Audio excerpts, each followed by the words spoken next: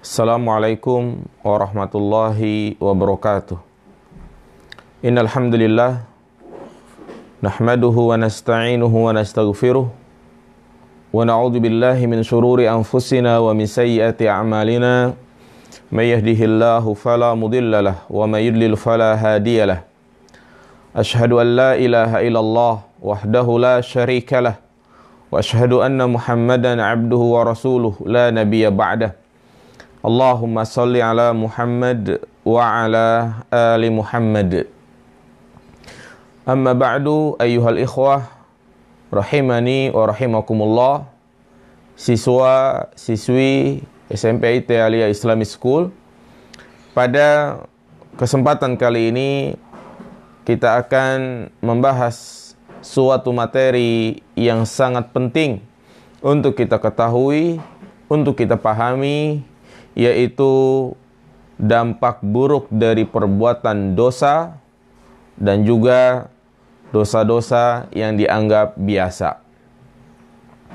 Ketahuilah, sesungguhnya Islam itu dibangun di atas dua perkara. Al-awamir wan nawahi, perintah dan larangan. Maka setiap perintah wajib untuk kita laksanakan, baik yang memerintahkan adalah Allah Subhanahu wa taala ataupun Rasulnya. Sedangkan larangan, baik yang terdapat dalam Al-Quran maupun sunnah Nabi SAW, maka wajib untuk kita tinggalkan. Dan inilah bukti cinta kita kepada Allah dan juga kepada Rasulnya. Qul in kuntum tuhibbunallah fattabi'uni yuhibbukumullah. Maka siapa saja yang dia tidak menjalankan perintah Allah dan tidak menjauhi larangan Allah Subhanahu wa taala, berarti dia telah melakukan kemaksiatan, telah melakukan perbuatan dosa.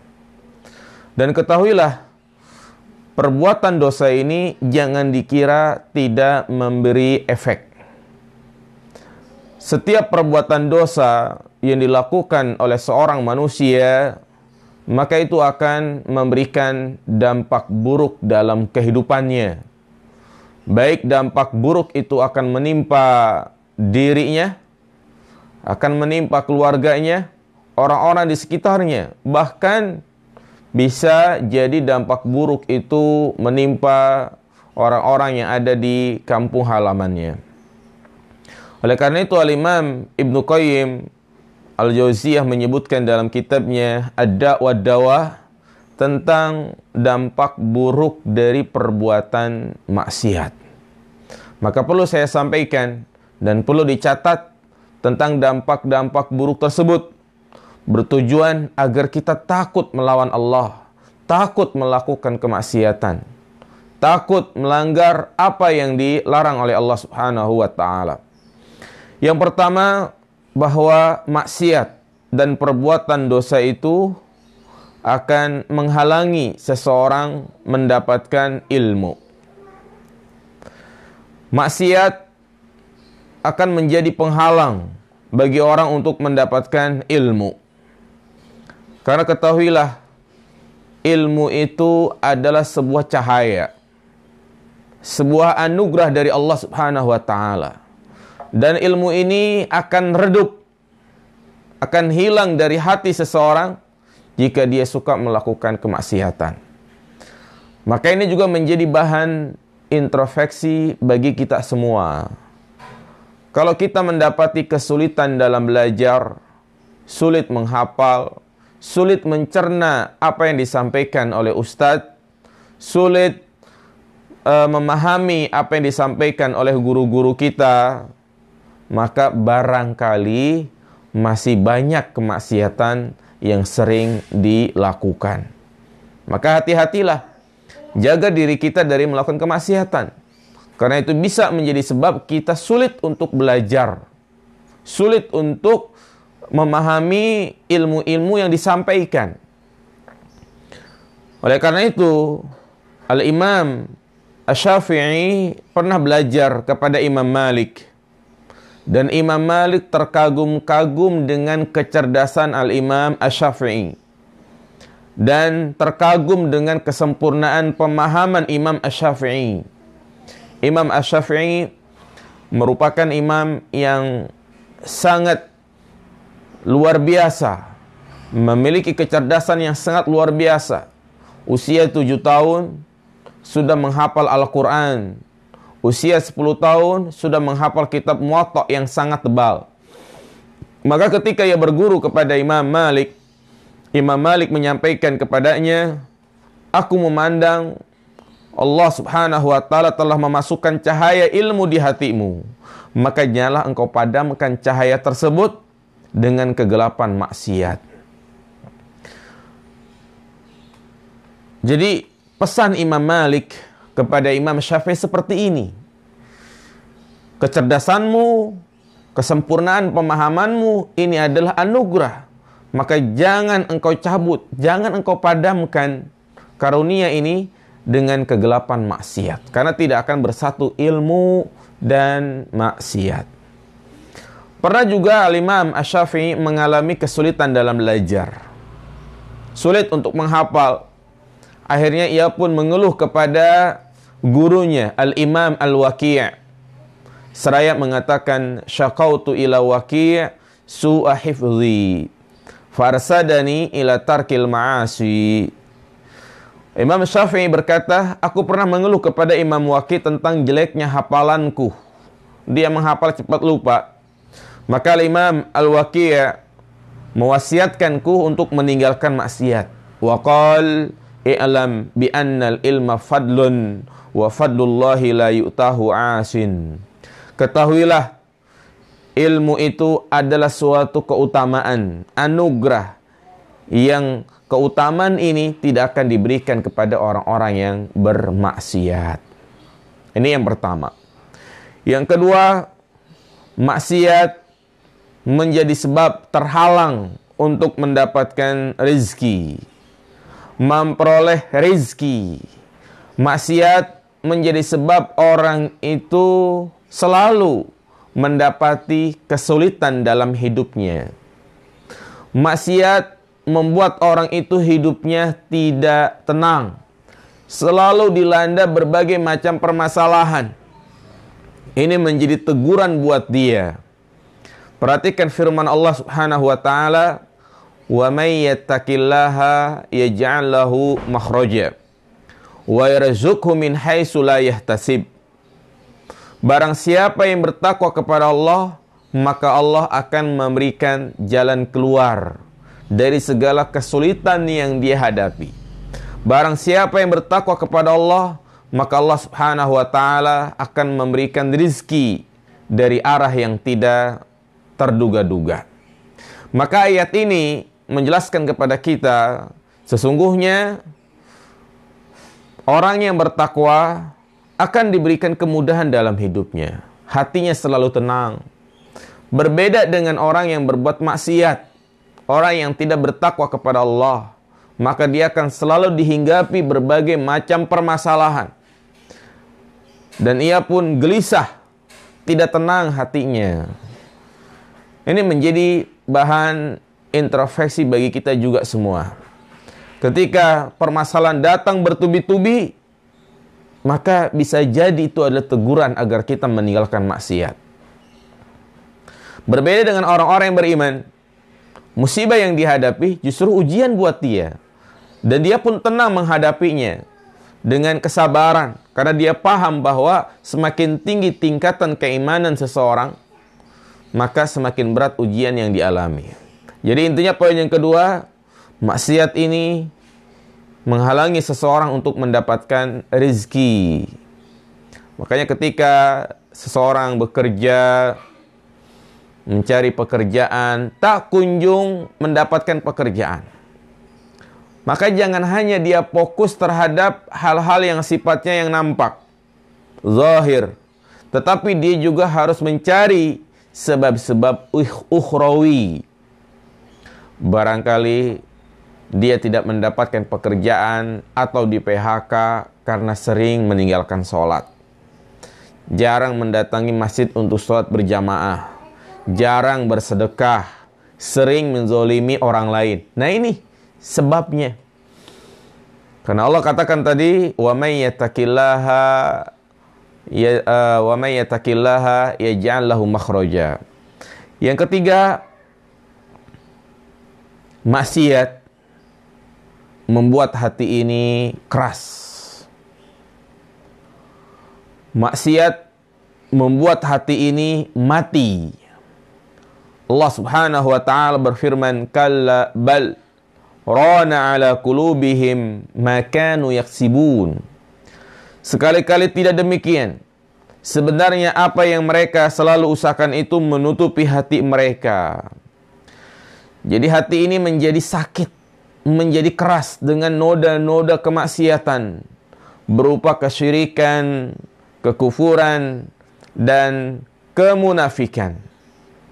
Semakin sering maksiat yang dia lakukan, maka hati ini menjadi hitam, menutupi cahaya yang datang kepadanya. Rasulullah mengatakan, innal abda idza akhta'a khati'atan nukitat fi qalbihi nuqtatu sauda. Sesungguhnya seorang hamba apabila dia melakukan kemaksiatan, maka akan terdapat titik hitam di dalam hatinya. Jika dia terus melakukan kemaksiatan tersebut, maka hatinya itu akan dikuasai, akan dipenuhi oleh titik hitam. Sehingga orang seperti ini, naudzubillah, berat untuk mengerjakan ibadah. Sulit untuk menerima nasihat. Walaupun terkadang dia hadir di majelis ilmu, menghadiri sholat Jumat, tapi itulah kebiasaan dia. Datang ketika imam mau selesai khutbah Jumat baru dia datang. Atau ketika imam sedang berkhutbah, dia asyik main HP, main game, naudzubillah. Jadi berat untuk mengerjakan ibadah disebabkan karena maksiat. Karena sesungguhnya Rasulullah mengatakan, sesungguhnya kebaikan itu akan mendatangkan kebaikan. Maka sebaliknya, setiap keburukan akan mendatangkan keburukan. Maka maksiat membuat orang berat untuk mengerjakan ibadah kepada Allah Subhanahu wa ta'ala. Kemudian juga yang keempat, maksiat itu menjadi sumber malapetaka, sumber datangnya kemurkaan Allah Subhanahu wa ta'ala, sumber datangnya berbagai macam musibah, seperti mungkin apa yang ada di sekitar kita. Musibah selalu datang, malapetaka datang bertubi-tubi tiada henti setiap bulan, bahkan mungkin setiap tahun, setiap hari. Itu semua disebabkan karena maksiat. Terjadinya gunung meletus, terjadinya semburan lumpur, terjadinya tsunami, terjadinya gempa bumi. Yang mana musibah-musibah ini selalu menimpa negeri kita. Dan itu semua disebabkan karena maksiat. Tidaklah kita berkaca bagaimana umat-umat terdahulu Allah binasakan. Nabi Adam dan Hawa terusir dari surga. Iblis dikeluarkan dari surga. Bahkan iblis diambil kerajaannya di langit, artinya dia pernah ditugaskan untuk mengurusi langit, tapi Allah ambil tugas-tugas tersebut. Dia dikutuk lahir batin. Yang tadinya menjadi makhluk yang dirahmati Allah Subhanahu wa ta'ala berubah, dilaknat. Itu semua karena kemaksiatan yang ia lakukan. Maksiat membuat kaumnya Nabi Nuh ditenggelamkan, membuat angin topan menghantam kaum Ad dan membuat mereka itu mati bergelimpangan. Maksiat membuat Allah Subhanahu wa ta'ala mengirim teriakan yang sangat keras kepada kaum Samud hingga memotong jantung-jantung mereka. Maksiat membuat Allah Subhanahu wa ta'ala mengirimkan bencana yang sangat dahsyat kepada kaumnya Nabi Lut. Allah tenggelamkan permukaan bumi dan mereka dihujani dengan batu. Semua itu disebabkan karena mereka membangkang. Mereka kufur. Mereka memaksiati Allah Subhanahu wa ta'ala. Maka siswa-siswi yang dirahmati Allah Subhanahu wa ta'ala, ini menjadi pelajaran yang sangat penting buat kalian semua. Tinggalkan maksiat. Tinggalkan perbuatan dosa, sekecil apapun. Terutama dalam kondisi sendirian. Dalam kondisi berada di dalam kamar. Orang tua, adik, kakak tidak mengetahui keadaan kita di dalam kamar. Maka jagalah Allah. Hadirkan perasaan di mana Allah Subhanahu wa ta'ala mengawasi kita. Jangan engkau pakai nikmat yang Allah berikan kepada kita berupa mata, berupa telinga, lisan untuk memaksiati Allah Subhanahu wa ta'ala. Ketahuilah, jika nikmat dihadapi dengan mengkufuri Allah, dihadapi dengan memaksiati Allah Subhanahu wa ta'ala, maka lama-kelamaan Allah akan mencabut nikmat tersebut. La in syakartum la azidannakum wa la in kafartum inna azabi lasyadid. Jika kalian bersyukur, maka aku akan tambah nikmat kepada kalian.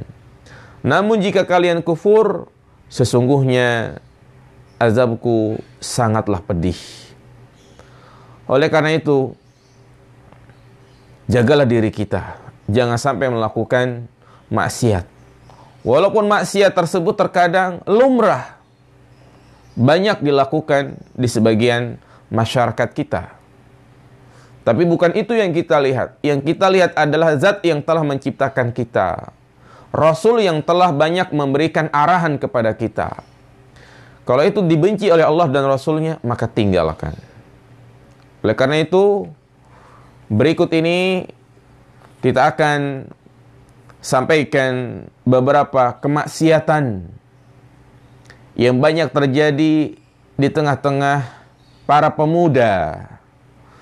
Baik ia yang masih duduk di bangku SD, SMP, SMA,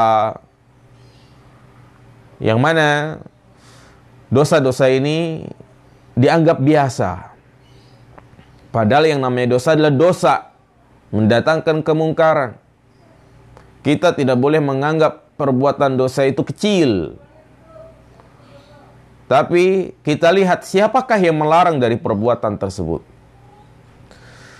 Yang pertama di antara dosa-dosa yang dianggap biasa adalah pacaran. Iya, itulah yang menjadi tren pemuda-pemudi di zaman sekarang ini. Yaitu mereka mengikat cinta mereka itu bukan dengan akad nikah.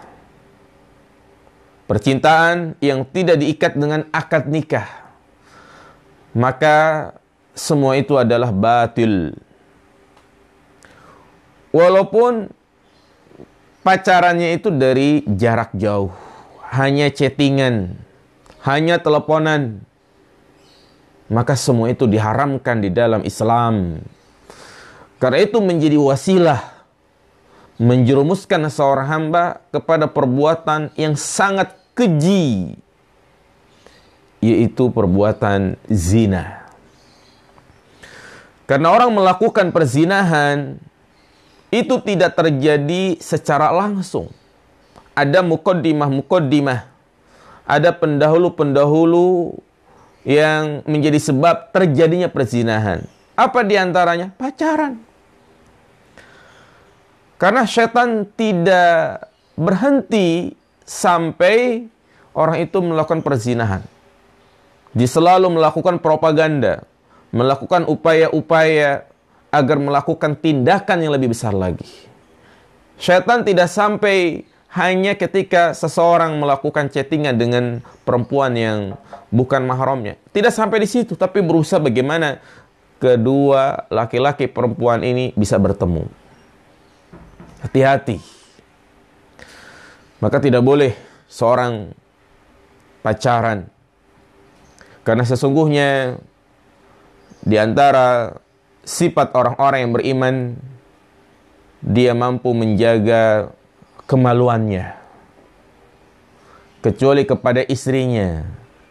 Allah Subhanahu wa taala berfirman, "Walladzina hum li furujihim hafizun illa ala azwajihim aw ma malakat aymanuhum fa innahum ghairu malumin faman ibtagha wara'a dzalika faulaika humul adun." Di antara sifat orang-orang yang beriman adalah mereka yang menjaga farjinya, menjaga kemaluannya, kecuali kepada istrinya atau kepada budak yang ia miliki. Maka siapa saja yang mencari jalan melampiaskan syahwatnya, melampiaskan nafsunya tidak dengan jalan ini, tidak dengan pernikahan, maka mereka adalah orang-orang yang melampaui batas. Apa contohnya? Banyak. Pelampiasan syahwat yang ini merupakan maksiat kepada Allah Subhanahu wa taala, yaitu berzina. Kemudian homoseksual, melakukan hubungan sejenis laki-laki dengan laki-laki. Maka ini lebih parah dari dosa zina. Lesbian, perempuan dengan perempuan, melampiaskan syahwatnya dengan cara seperti itu. Atau juga onani, melakukan masturbasi, yang mana ia menikmati dengan tangannya. Maka ini juga merupakan perkara yang diharamkan oleh Allah Subhanahu wa taala. Maka hati-hati kalian. Jika ini terjadi, maka hendaklah segera untuk bertaubat kepada Allah Subhanahu wa taala. Jangan ia terus-menerus untuk melakukannya. Karena ingatlah, orang yang selalu melakukan onani tanpa diketahui oleh orang lain, maka dia akan ketagihan. Ketika dia ketagihan dengan perbuatan tersebut, ini akan menutup hatinya.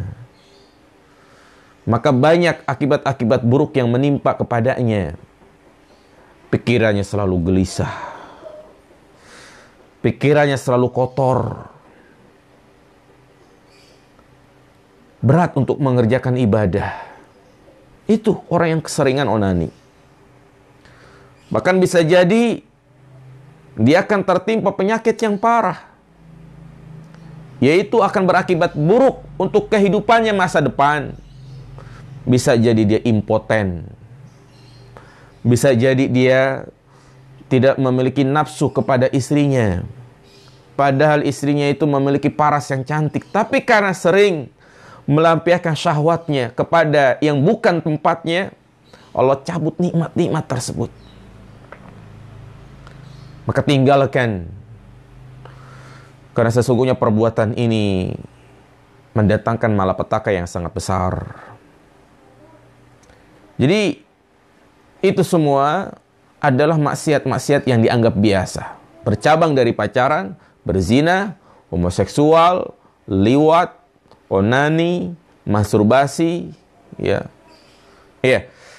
Kemudian juga di antara dosa yang dianggap biasa adalah memandang wanita yang bukan mahramnya. Memandang wanita yang bukan mahramnya secara terus-menerus. Kalau itu terjadi pertama kali, mungkin tidak mengapa.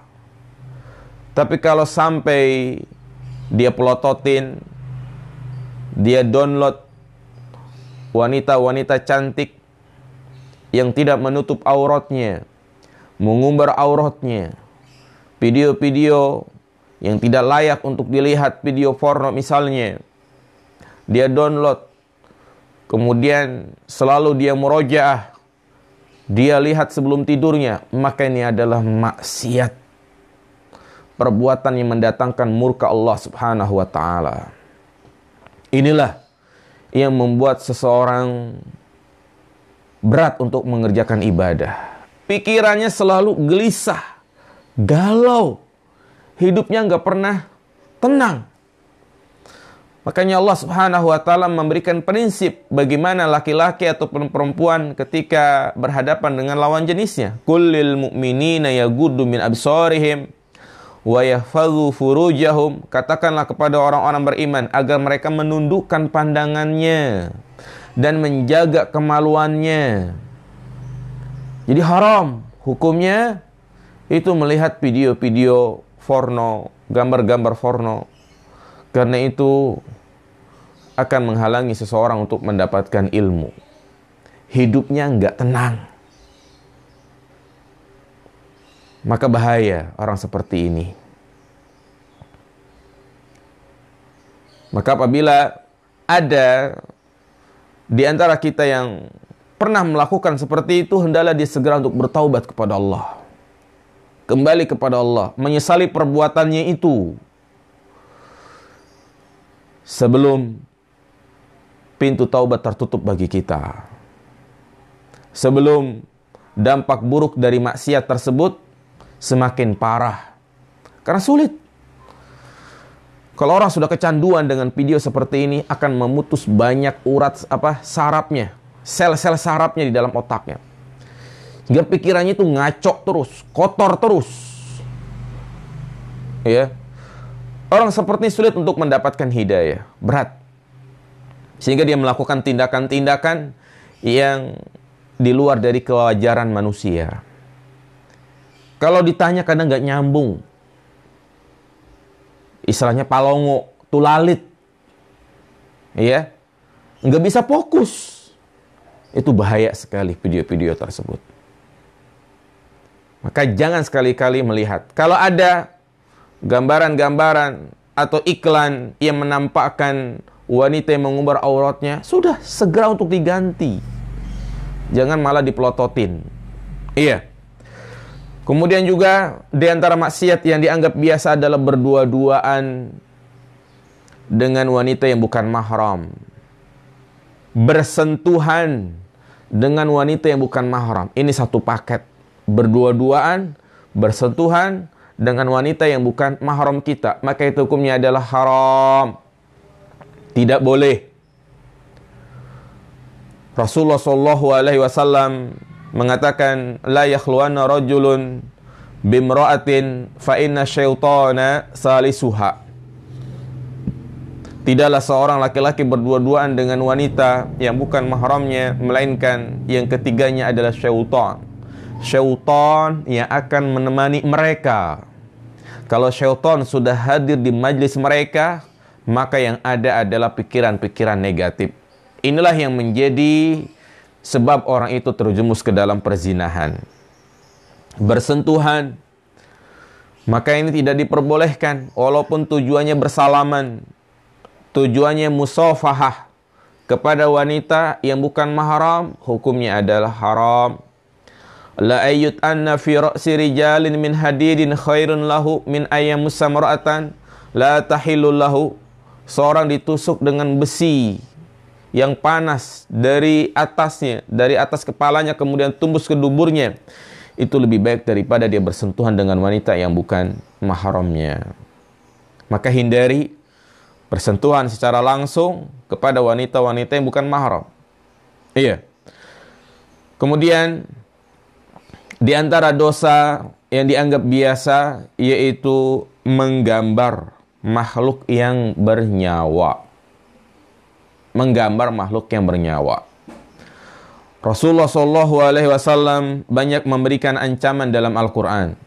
Dalam Al-Hadis Nabi SAW. Di antaranya Rasul bersabda, innal ladzina yasna'una hadhihi suwar yu'azzabuna yaumal qiyamati yuqalu lahum ahyu ma khalaqatum. Sesungguhnya orang-orang yang menggambar, maka mereka akan diazab pada hari kiamat. Dikatakan kepada mereka, ahyu ma khalaqtum, hidupkanlah apa yang kalian ciptakan. Menggambar yang dilarang adalah menggambar makhluk yang bernyawa, menggambar binatang, menggambar manusia secara utuh atau kepalanya saja, maka ini tidak diperbolehkan. Kalau ingin menggambar, silahkan menggambar, tapi menggambar makhluk yang tidak bernyawa. Gambar gunung, gambar gedung, gambar rumah, gambar pakaian, gambar perkebunan, silahkan. Tapi kalau menggambar manusia, ini nggak boleh, hukumnya haram. Bahkan mereka mendapatkan azab yang sangat pedih. Apa kata Nabi SAW dalam hadis yang sahih? Inna asyaddan nasi azaban indallah yaumal qiyamah al-musawwirun. Sesungguhnya azab yang paling pedih yang menimpa manusia pada hari kiamat adalah orang-orang yang suka menggambar. Nah, demikian pula Nabi SAW mengatakan, kullu musawwirin finnar yuj'alullahu bikulli suratin sawwaraha nafsun fatu'adzibuhu fi jahannam. Jadi setiap orang yang menggambar itu tempatnya di neraka jahanam. Dia akan disuruh untuk menciptakan apa yang dia gambar dan nanti akan mengazab dia nanti pada hari kiamat. Jadi hindari gambar-gambar makhluk yang bernyawa. Demikian pula menyimpan poster-poster makhluk yang bernyawa di kamar. Kalau dia misalnya senang sama pebalap motor, pembalap mobil, dia pasang tuh fotonya. Maka ini nggak boleh. Ya, dia senang dengan pemain bola, dia pasang fotonya di kamarnya. Nggak boleh. Bahkan foto-foto keluarga lebih baik disimpan, jangan dipang-pang di tembok. Ya, karena itu termasuk gambar. Sehingga malaikat tidak akan masuk ke dalam rumah yang terdapat gambar makhluk yang bernyawa. Rasulullah bersabda, la tadkhulul malaikatu baitan fihi kalbun wala surah. Malaikat tidak akan masuk ke dalam rumah yang rumah tersebut ada gambar dan anjingnya. Ya. Demikian pula di antara maksiat yang dianggap biasa, yaitu isbal. Isbal, menjulurkan pakaian ke bawah mata kaki. Dia pakai celana, pakai jubah, pakai sarung, tapi melebihi kedua mata kaki. Maka ini adalah maksiat. Maksiat dalam berpakaian. Rasulullah SAW bersabda, man jara saubahu khuyala lam yanzurillahu ilaihi yaumal qiyamah. Barang siapa yang menjulurkan pakaiannya sombong, maka Allah Subhanahu wa taala tidak akan melihatnya nanti pada hari kiamat. Dan Nabi pun mengharamkan isbal, sombong ataupun tidak sombong. Sebagaimana Rasulullah mengatakan, ma asfala minal ka'baini minal izar fa finnar. Apa yang menjulur dari kedua mata kaki, maka tempatnya itu di neraka. Dan juga Rasulullah bersabda, salasatun la yukallimuhullahu yaumal qiyamah wa la yanzuru ilaihim wa la yuzakkihim wa lahum azabun alim. Al-musbil al-mannan wal munfiku sil'atahu bil halifil kadhib. Ada 3 kelompok manusia yang tidak akan diajak bicara nanti pada hari kiamat. Dan Allah tidak akan melihat mereka, tidak akan mensucikan mereka. Mereka mendapatkan azab yang pedih. Di antaranya adalah al-musbil, orang yang menjulurkan pakaiannya di bawah mata kaki. Al-mannan, orang yang menyebut-nyebut kebaikan. Wal munfiku sil'atahu bil halifil kadhib, dan orang yang menjual hartanya dengan sumpah palsu. Maka adab dalam berpakaian, hendaklah pakaian itu di atas mata kaki. Di atas mata kaki, tidak boleh melebihi mata kaki. Kalau ada di antara kita yang pakaiannya, celananya itu di bawah mata kaki, maka harus dipotong, dirapikan. Gak boleh. Bagi laki-laki, kalau bagi perempuan, justru sangat dianjurkan untuk melebihkan pakaiannya di bawah mata kaki. Ya, karena kaki wanita itu sendiri adalah aurat. Aurat yang harus dijaga. Kemudian juga di antara maksiat yang dianggap biasa adalah qaza. Qaza. Apa itu qaza? Qaza adalah mencukur rambut sebagian dan meninggalkannya sebagian. Hanya mencukur bagian samping kanan, samping kiri saja. Atasnya dia biarkan. Termasuk qaza juga kadang orang model rambutnya itu ya dia garis seperti ini. Itu termasuk hal yang haram. Kalau dia ingin mencukur rambut, diratakan semuanya. Bukan berarti botak, artinya rata semuanya dicukur. Nggak boleh menyisakan sebagian dan mencukur sebagian. Karena disebutkan dalam hadis, nahan nabiyyu anil qaza. Nabi SAW melarang dari qaza, yaitu mencukur rambut sebagian dan meninggalkan sebagian. Termasuk juga maksiat yang dianggap biasa adalah mencukur jenggot. Maka jenggot itu harus dijaga, dipelihara, tidak boleh dicukur walaupun hanya sedikit. Karena dengan dia memelihara jenggot berarti dia cinta kepada Nabi SAW. Kenapa? Karena Nabi memerintahkan. Nabi memerintahkan kepada kita untuk memelihara jenggot. Ya, yang namanya perintah adalah wajib, harus diikuti. Maka siapa saja yang mencukur jenggotnya kaum laki-laki berarti dia telah membangkang dari perintah Nabi SAW. Dan yang tempat mencukur jenggot itu bagian dari syariat, bukan budaya Arab. Ya. Maka pelihara jenggot yang tumbuh di bawah dagu kita. Itulah mungkin materi kajian yang bisa saya sampaikan. Mohon untuk dicatat dan juga dirangkum apa yang saya sampaikan. Demikian. Subhanakallahumma wabihamdika asyhadu an la ilaha illa anta astaghfiruka wa atubu ilaik. Assalamualaikum warahmatullahi wabarakatuh.